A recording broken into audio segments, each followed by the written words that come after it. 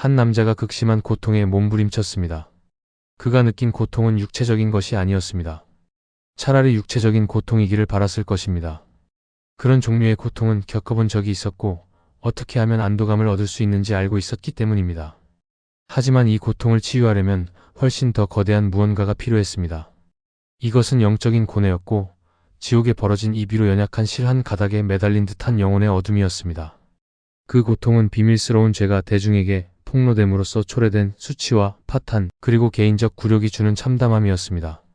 이 남자는 영웅이자 국민적 유명 인사였으며 저명한 전사, 정치가, 시인, 그리고 음악가였습니다. 살아있는 동안 그는 자신의 업적을 찬양하는 대중가요의 주인공이기도 했습니다. 그는 물매와 매끄러운 돌멩이 하나만으로 군대가 가장 두려워하던 적, 거대한 거인을 쓰러뜨려 민족을 구원했고 일약 국민적 스타로 떠올랐습니다. 그는 왕이 자신을 죽이려 했을 때조차 그 왕에게 충성스러운 신하였습니다. 훗날 그 자신이 왕이 되자 그는 이스라엘 영토를 전례 없이 넓히며 황금길을 열었습니다. 아프리카와 아시아, 유럽을 잇는 육교에 위치하여 국제 무역로가 지나가는 이스라엘은 지정학적으로 전략적인 요충지였습니다. 이 남자의 지도력 아래 메릴랜드주 크기 정도에 불과했던 이 작은 나라는 세계의 주요 강대국이 되었습니다. 하지만 그의 위대함은 정치와 문화를 넘어섰습니다. 그는 영적 지도자였으며 하나님의 마음에 합한 사람이었습니다. 그는 바로 이스라엘의 두 번째 왕 다윗이었습니다. 그가 끔찍한 죄에 빠졌을 때 그것은 다윗과 그의 가족뿐만 아니라 국가 전체의 재앙이었습니다. 그의 영적인 강인함에도 불구하고 그는 자신의 마음속에 있는 악에 너무나 눈이 멀어 있어서 선지자 나단이 직접 대면하여 질책하고 나서야 비로소 자신의 죄책감을 깨달을 수 있었습니다. 우리는 사무엘하 12장 1절에서 7절에서 그 이야기를 읽을 수 있습니다. 여호와께서 나단을 다윗에게 보내시니 나단이 그에게 가서 그에게 말했습니다. 어떤 성읍에 두 사람이 있었는데 한 사람은 부유하고 다른 한 사람은 가난했습니다.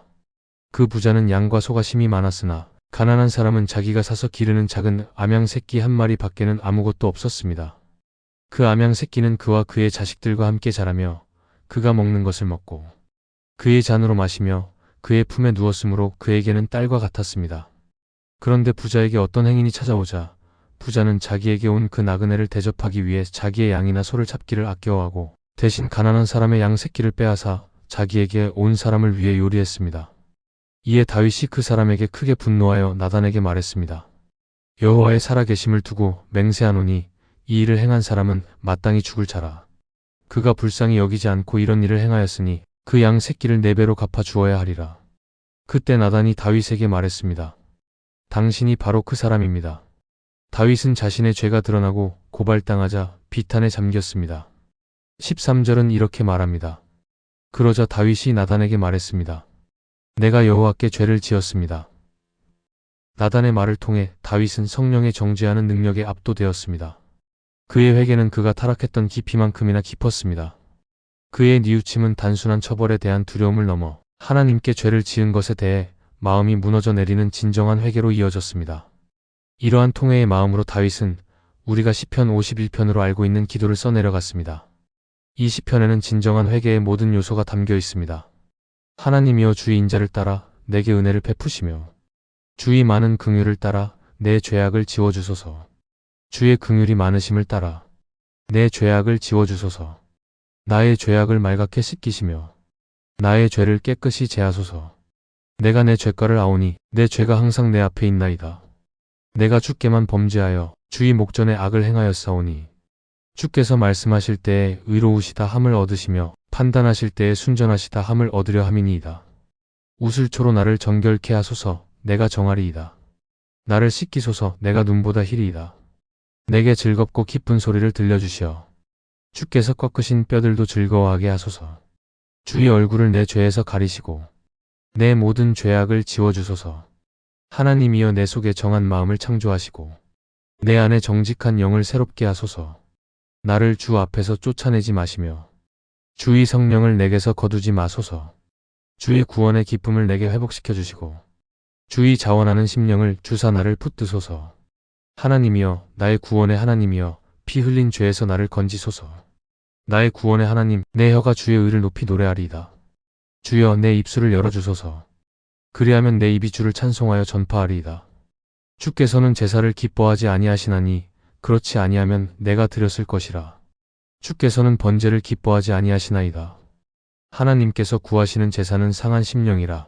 하나님이여 상하고 통회하는 마음을 주께서 멸시하지 아니하시리이다. 이 말씀들을 또 다른 시편인 시편 1편의 말씀과 비교해 보는 것은 흥미롭습니다. 시편 1편과 51편 사이에는 먼 거리가 있는데 이는 책의 페이지 수나 개인적인 경험의 세월을 의미하는 것이 아니라 순종과 불순종 사이의 거리라는 측면에서의 거리입니다. 시편 1편은 이렇게 말합니다. 복 있는 사람은 악인들의 꾀를 따르지 아니하며 죄인들의 길에 서지 아니하며 오만한 자들의 자리에 앉지도 아니하고 오직 여호와의 율법을 즐거워하여 그의 율법을 주야로 묵상하는도다. 시냇가에 심은 나무가 철을 따라 열매를 맺으며 그 잎사귀가 마르지 아니함 같으니 그가 하는 모든 일이 다 형통하리로다. 악인들은 그렇지 않으며 오직 바람에 나는 겨와 같도다. 그러므로 악인들은 심판을 견디지 못하며 죄인들이 의인들의 모임에 들지 못하리로다. 여호와께서는 의인의 길을 인정하시나 악인의 길은 망하리로다. 다윗의 인생 어느 한 시점에서 그는 시편 1편에 묘사된 사람, 즉 시냇가에 심은 나무와 같은 사람의 전형이라고 할 수 있었습니다. 그는 하나님의 율법을 즐거워하며 밤낮으로 하나님의 말씀을 묵상했습니다. 이런 방식으로 다윗 안에는 영적인 힘이 단련되고 있었으며 그가 손대는 모든 일은 결실을 맺었습니다. 그러나 어느 순간 그의 시선이 하나님의 말씀에서 벗어나 밧세바라는 한 여인에게로 향했습니다. 그 결과 그는 바람에 날리는 겨와 같이 되고 말았습니다. 그의 엄청난 몰락 속에서 다윗은 자신의 진실성뿐만 아니라 기쁨 또한 잃어버렸습니다. 시편 51편에서 다윗은 하나님께 자신의 죄를 씻어달라고 애원하며 이렇게 부르짖습니다. 내게 즐겁고 기쁜 소리를 들려 주시사 주께서 꺾으신 뼈들도 즐거워하게 하소서. 주의 구원의 즐거움을 내게 회복시켜 주시고. 비탄 속에서 다윗은 구원의 기쁨을 새롭게 경험하기를 갈망했습니다. 죄는 종종 즉각적인 쾌락을 가져다 주지만 영원한 기쁨은 주지 못합니다.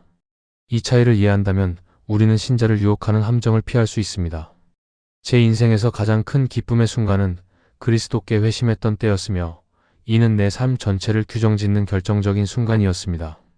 그에 비하면 세상에 다른 어떤 것도 가치가 없습니다. 나는 그런 간증을 자주 듣습니다. 내 친구이자 영국 설교가이며 전도자인 존 게스트는 영국 리버풀에서 회심했던 그날 밤에 대해 이야기합니다. 그는 단순히 집으로 뛰어간 것이 아니라 실제로는 깡충깡충 뛰며 가는 길에 있던 소화전을 뛰어넘었다고 말합니다. 저의 아내 베스타는 회심한 다음 그날 밤 자다가 계속 깨어나 자기 볼을 꼬집으며 아직 그대로인가? 라고 묻곤 했습니다. 그리스도 안에서 얻은 새 생명이 여전히 그대로 있다는 사실에 만족하며 그녀는 기쁨에 겨워 다시 잠들곤 했습니다. 갓 기독교인이 되었을 때 저는 성경에 푹 빠져 있었습니다. 깨어있는 거의 모든 순간을 성경 읽는데 쓰고 싶었습니다. 그 결과 대학 첫 학기에 학장 명단에 올랐습니다. 하지만 그것은 우등생 명단이 아니라 학사 경고 대상자 명단이었습니다.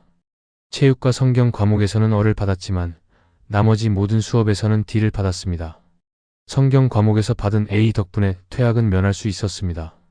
그리스도인으로서의 삶을 시작한 첫 몇 달 동안 저는 엄청난 영적 고향감에서 끔찍한 침체기까지 오가는 극심한 감정 기복에 시달렸습니다. 저는 상담을 구하기 위해 한 목사님을 찾아갔습니다. 목사님은 이러한 영적 롤러코스터는 초신자들에게 흔한 일이며 신앙이 성숙해짐에 따라 이러한 기복은 평탄해질 것이라고 설명해 주셨습니다.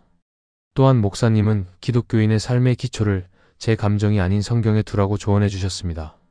저는 그보다 더 지혜로운 조언을 들어본 적이 없습니다. 회심과 말씀.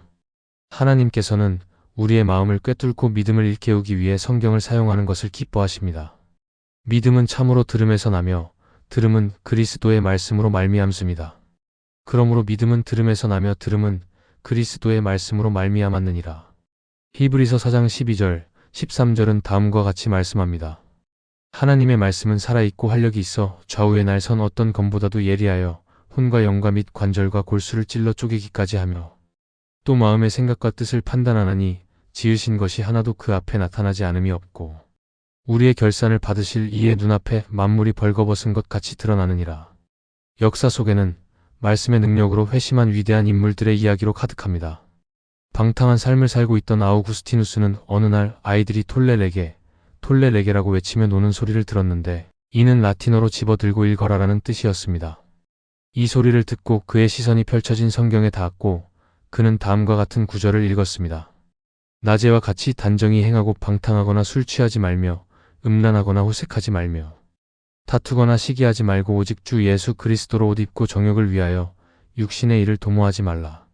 아우구스티누스가 방탕하거나 술 취하지 말며 음란하거나 호색하지 말며라는 말씀을 읽었을 때 그는 하나님의 말씀에 찔림을 받고 하나님의 영으로 다시 살아나게 되었습니다. 수세기가 지나 마틴 루터도 비슷한 방식으로 깨어났습니다. 루터는 하나님의 공의 문제로 깊이 고뇌했고 때로는 그 개념 자체를 증오했다고 고백하기도 했습니다.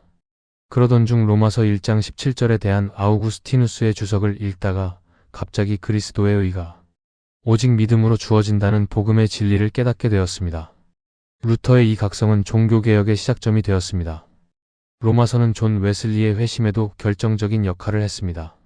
그는 1738년 5월 24일 런던 올더스게이트 거리의 예배에 참석했는데 그곳에서 로마서 설교를 듣던 중 마음이 이상하게 뜨거워지는 것을 느꼈습니다.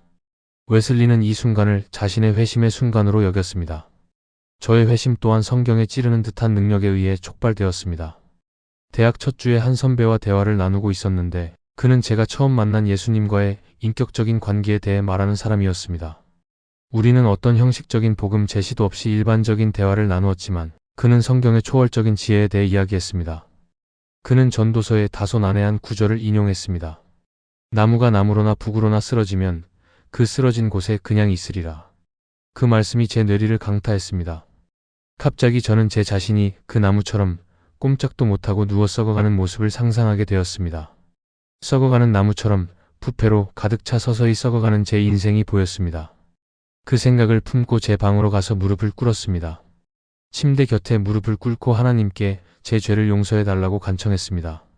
그 순간 저는 저에게 새 생명을 주시고 뿌리가 뽑혀버려져 숲속 바닥에서 썩어가던 영혼을 들어 올려주신 그리스도를 만났습니다. 아마 기독교 역사 전체를 통틀어 전도서에 그 구절로 회심한 사람은 저밖에 없을 것입니다. 영적 성장에서의 말씀. 하나님의 말씀이 회심에 사용되는 것과 마찬가지로 그것은 영적 성장에서도 결정적인 도구입니다. 하나님의 말씀에 깊이 잠김으로써 우리는 그리스도의 마음을 얻기 시작하고 제자도가 무엇인지 배우게 됩니다. 사도 바울은 디모데에게 보낸 두 번째 편지에서 그의 사랑하는 친구이자 제자에게 성경을 부지런히 연구하라고 당부했습니다. 바울이 어떤 상황에서 이 권면을 썼는지 이해하는 것은 우리에게 매우 중요합니다. 바울은 로마 정부로부터 사형 선고를 받고 임박한 처형을 기다리고 있었습니다. 이러한 상황을 고려할 때 디모데에게 준 그의 충고는 바울이 가장 중요하게 여겼던 것이라고 짐작할 수 있습니다. 더 나아가 이 조언은 우리에게도 엄청난 중요성을 가집니다. 바울은 이렇게 썼습니다. 무릇 그리스도 예수 안에서 경건하게 살고자 하는 자는 박해를 받으리라. 악한 사람들과 속이는 자들은 더욱 악하여져서 속이기도 하고 속기도 하나니. 바울은 복음 때문에 고난을 받고 있었기에 박해에 대해 말하는 것은 당연했습니다. 그는 디모데에게 박해는 모든 그리스도인과 기독교 공동체에 피할 수 없는 운명이라고 말했습니다. 신자들은 박해를 예상해야 합니다. 게다가 그는 상황이 더 나아지지 않을 것이라고 말했습니다. 바울은 디모데에게 다음과 같이 말하고 있었던 것입니다. 상황은 점점 더 악화될 것이며 사기꾼 같은 사람들이 나타나 너희를 속이려 할 것이고 너희를 거짓으로 이끌 것이며 하나님의 백성을 미혹할 것이다. 그러나 그들 스스로도 속고 있는 것이다. 하나님의 진리를 왜곡하여 사람들을 속이는 일은 모든 세대와 모든 기독교 공동체가 직면한 주요 문제입니다. 바로 이러한 이유로 사도 바울은 예수님을 본받아 성도들이 진리 안에 굳게 뿌리내려 거짓 가르침에 속아 길을 잃지 않도록 깊이 염려했습니다. 그는 디모데가 하나님의 일과 성경의 가르침으로 온전히 무장되어 그러한 속임수에 대항할 수 있기를 원했습니다. 이러한 배경을 바탕으로 바울은 권면할 준비를 마쳤습니다. 그는 디모데에게 이렇게 말했습니다. 너는 배우고 확신한 일에 거하라. 너는 내가 누구에게서 배운 것을 알며 또 어려서부터 성경을 알았나니. 성경은 능히 너로 하여금 그리스도 예수 안에 있는 믿음으로 말미암아 구원에 이르는 지혜가 있게 하느니라. 바울은 디모데를 가르친 사람들이 정확히 누구를 염두에 두고 한 말인지 구체적으로 밝히지 않았습니다. 디모데를 믿음으로 양육한 가족, 특히 외할머니 로이스와 어머니 유니게를 가리키는 것이었을까요? 아니면 디모데의 멘토였던 자기 자신을 지칭한 것이었을까요? 혹은 바울은 디모데의 시선을 그가 배운 모든 것의 궁극적인 원천인 하나님께로 향하게 하려 했던 것일까요? 우리는 확신할 수 없습니다. 그러나 분명한 것은 디모데가 배운 내용이 바로 성경이라는 사실입니다. 그는 어린 시절부터 히브리 성경, 즉 우리의 구약 성경을 배웠으며 바울이 디모데가 계속해서 하나님의 말씀을 부지런히 연구하는 학생이 되기를 원했다는 점은 명백합니다. 바울이 나는 선한 싸움을 싸우고 나의 달려갈 길을 마치고 믿음을 지켰으니 라고 말할 수 있었던 것은 그 자신이 성경을 연구했기 때문이었습니다. 다시 말해 성경은 모든 어려움에도 불구하고 그리스도인의 삶을 살아낼 수 있도록 힘을 주었습니다. 우리에게도 마찬가지입니다. 성경을 지속적으로 연구함으로써 우리는 믿음이 성장하고 진리 안에 굳게 설 수 있게 됩니다. 신자의 삶에서 성경의 가치는 그 기원과 기능에 있습니다. 디모데를 향한 권면에서 바울은 모든 성경은 하나님의 감동으로 된 것으로 교훈과 책망과 바르게 함과 의로 교육하기에 유익하니 라고 말하며 성경의 중요성을 강조했습니다. 제가 어린 소년이었을 때 동네에는 저보다 2살 많은 형이 하나 있었는데 그는 좀 괴롭히는 아이였습니다. 그는 저를 놀리고 별명을 부르곤 했는데 그 때문에 저는 마음의 상처를 입곤 했습니다. 가끔 저는 울면서 집에 돌아와 어머니께 그 형이 무슨 말을 해서 저를 속상하게 했는지 말씀드렸습니다. 어머니께는 이럴 때 하시는 단골 반응이 있었습니다. 어머니는 제 눈물을 닦아주시며 이렇게 말씀하셨습니다.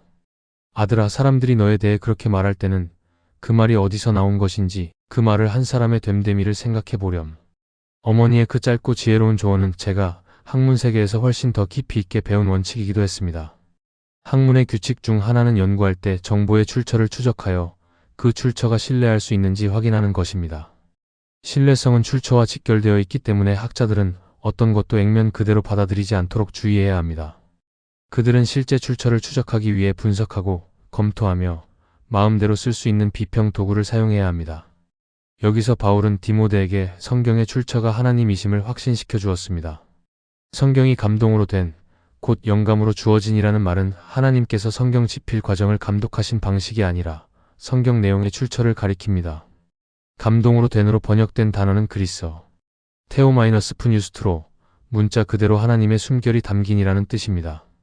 바울이 성경은 하나님의 숨결로 된 것이라고 썼을 때 그 개념은 숨을 들이마시는 영감이 아니라 숨을 내뱉는 호흡의 개념이었습니다. 즉 성경은 하나님께서 내뱉으신 것입니다.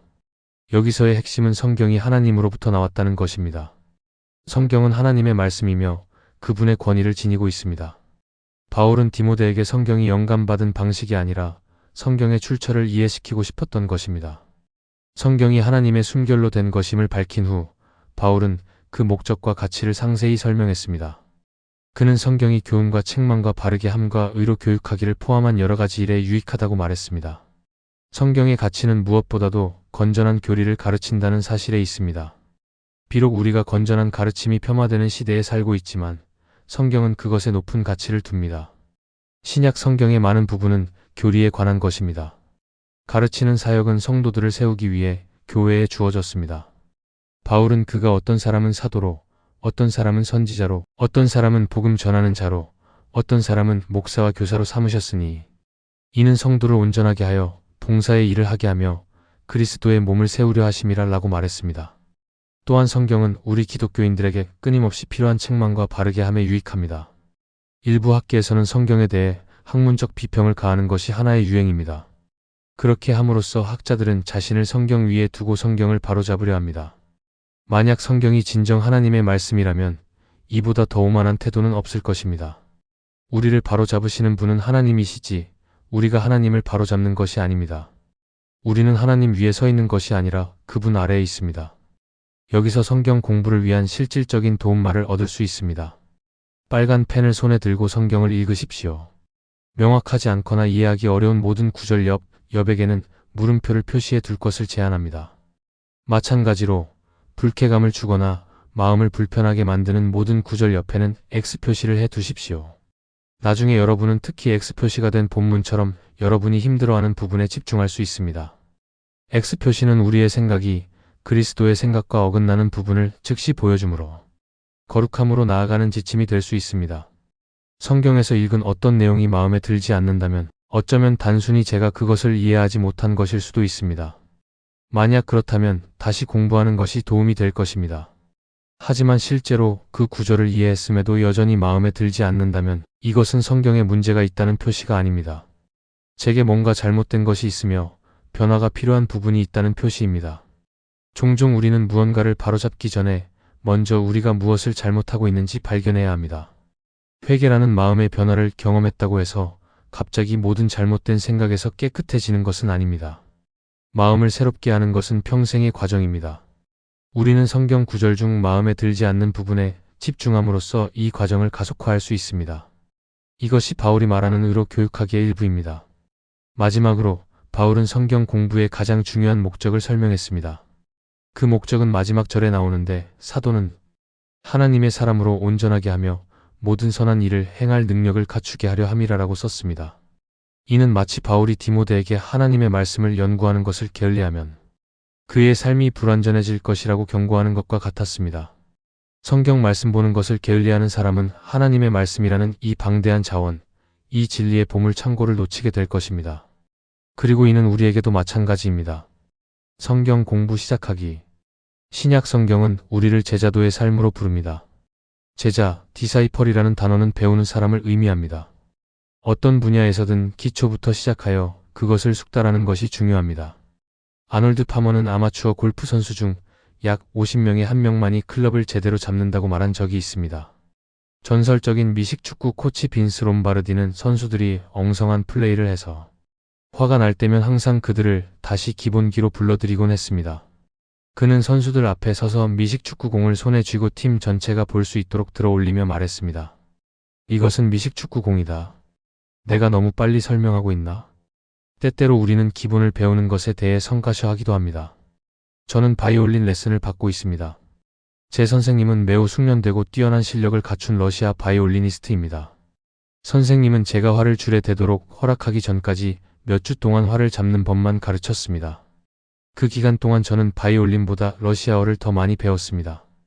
niet, 아니오이라는 단어가 제 일상적인 어휘가 될 정도였습니다. 저는 걷는 법을 배우기도 전에 뛰고 싶어 했던 것입니다. 확실히 성경은 우리에게 성숙을 요구합니다. 우리는 젖에 만족하지 말고 말씀의 단단한 음식을 갈망해야 합니다. 히브리서 5장 12절에서 14절 상반절은 이렇게 말합니다. 때가 오래되었으므로 너희가 마땅히 선생이 되었을 터인데 너희가 다시 하나님의 말씀의 초보에 대하여 누구에게서 가르침을 받아야 할 처지이니 단단한 음식은 못 먹고 젖이나 먹어야 할 자가 되었도다. 이는 젖을 먹는 자마다 어린아이니 의의 말씀을 경험하지 못한 자요 단단한 음식은 장성한 자의 것이니 많은 그리스도인들이 말씀의 단단한 음식에 이르지 못하고 젖을 먹는 수준에 머무르는 이유 중 하나는 그들이 젖을 먹는 법을 제대로 배우지 못했기 때문이라고 저는 생각합니다. 피아노 연주자에게 음계 연습이 중요하고 골프 선수에게 그립 잡는 법이 중요한 데는 다 이유가 있습니다. 더 높은 수준의 능숙함에 도달하려면 이러한 기초를 완전히 익혀야 합니다. 실제로 모든 그리스도인은 언젠가 성경 전체를 통독하겠다고 결심해 본 적이 있을 것입니다. 우리가 성경을 하나님의 말씀이라고 믿는다면 그 말씀의 단 한마디도 놓치고 싶지 않은 것이 당연합니다. 만약 하나님께서 당신의 우편함으로 편지를 보내셨다면 당신은 반드시 그 편지를 읽을 것입니다. 하지만 성경은 꽤 두꺼운 편지이며 그 방대한 분량은 아무리 좋은 의도를 가진 사람에게도 다소 벅차게 느껴질 수 있습니다. 그렇기에 성경 통독 결심을 실제로 지키는 그리스도인은 드뭅니다. 세미나에서 저는 종종 성경을 처음부터 끝까지 다 읽은 사람이 얼마나 되는지 손을 들어보라고 요청합니다. 예라고 대답하는 사람이 50%가 넘는 경우는 거의 없습니다. 저는 묻습니다. 창세기를 읽어보신 분은 얼마나 됩니까? 거의 모든 사람이 손을 듭니다. 그런 다음 저는 말합니다. 출애굽기도 읽으셨다면 손을 계속 들고 계세요. 손을 내리는 사람은 거의 없습니다. 레위기는요? 바로 이때부터 손이 빠르게 내려가기 시작합니다. 민수기에 이르면 상황은 더 심각해집니다. 창세기를 읽는 것은 마치 소설을 읽는 것과 비슷합니다. 대부분 서사적인 역사와 전기로 이루어져 있기 때문입니다. 창세기는 노아, 아브라함, 야곱, 요셉과 같은 중요한 인물들의 삶에서 일어난 중요한 사건들을 이야기합니다. 출애굽기 역시 이스라엘의 이집트 노예 생활과 모세의 지도 아래 이루어진 해방에 대한 가슴 아픈 이야기를 전해주기에 흥미진진합니다. 파라오와의 대결은 박진감이 넘칩니다. 하지만 레위기에 이르면 모든 것이 달라집니다.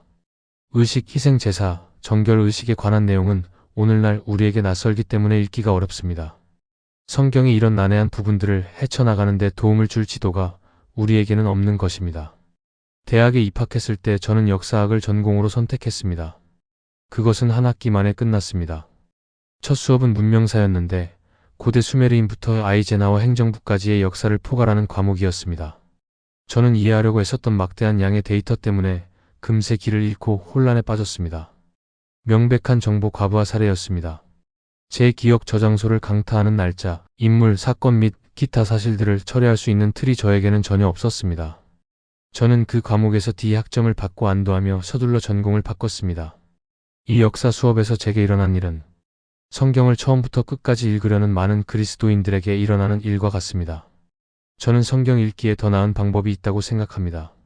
그리스도인들이 성경을 진정으로 이해하려면 먼저 성경의 기본적인 구조와 틀을 이해해야 합니다. 제 추천은 이렇습니다. 성경 각 권별로 전체의 개요부터 시작하십시오. 기본적인 뼈대를 먼저 잡으십시오. 가능하다면 그러한 개요를 제공하는 수업에 등록하는 것이 좋습니다. 일단 기본적인 뼈대를 이해하고 나면 성경을 읽을 준비가 훨씬 더 잘 갖춰지게 됩니다. 중요 도구. 성경 공부를 돕는 실질적인 보조 자료와 도움말을 갖추는 것은 중요하다고 생각합니다. 여기 진지하게 성경을 연구하는 학생이라면 누구나 고려해 볼 만한 몇 가지 자료를 소개합니다. 저는 스터디 성경 해설 성경을 사용하는 것을 적극 권장합니다. 개인적으로 선호하는 것은 제가 총편집자로 참여했던 개역주의 스터디 성경입니다. 이는 본문의 여백, 페이지 하단, 사이드바에 성경 본문을 설명하는 유용한 주석이 포함된 해설 성경입니다. 더 깊이 파고들고 싶은 분들을 위해 훌륭한 성경 주석서가 많이 나와 있습니다. 신학자나 목회자들은 여러 권으로 구성된 전집 주석서를 가지고 있겠지만 일반 신자들에게는 그렇게 상세한 성경 해설서까지는 필요하지 않습니다. 하지만 난해한 구절들을 이해하는 데 도움을 줄 수 있는 훌륭한 단권 성경 주석서들도 있습니다. 성경을 공부하는 사람이라면 누구나 성경 어휘사전을 갖추어야 합니다. 성경 어휘사전은 특정 성경 번역본에 나오는 모든 단어와 그 단어가 어디에 등장하는지를 나열하고 있습니다. 이는 매우 유용할 수 있습니다. 예를 들어 화목제물과 같은 단어를 접하고 본문에서 그 의미를 파악하고 싶을 때가 있습니다. 이때 성경 어휘사전을 펴서 성경 안에서 그 단어가 언급된 모든 곳을 찾아볼 수 있습니다. 그 구절들을 읽어보면 곧 그 개념이 무엇을 의미하는지 잘 알게 될 것입니다. 물론 사랑과 같은 일부 단어는 수백 번이나 언급되어 각 구절을 모두 확인하는데 오랜 시간이 걸릴 수도 있습니다. 하지만 대체로 성경 어휘사전은 성경의 전체적인 맥락을 놓치지 않도록 도와줍니다. 또 다른 유익한 자료는 성경을 극적으로 낭독한 오디오 녹음입니다. 말씀이 흥미진진하게 낭송되는 것을 듣는 것은 정말 멋진 일입니다. 본문의 의미를 제대로 살려 소리내어 읽어주는 누군가의 목소리를 통해 성경과 함께하는 시간을 보낼 수 있습니다. 이러한 학습 보조 자료들이 도움이 될 수는 있지만 우리가 성경을 공부하는 목적을 기억하는 것이 중요합니다. 우리는 성경을 실존적으로 읽어야 합니다.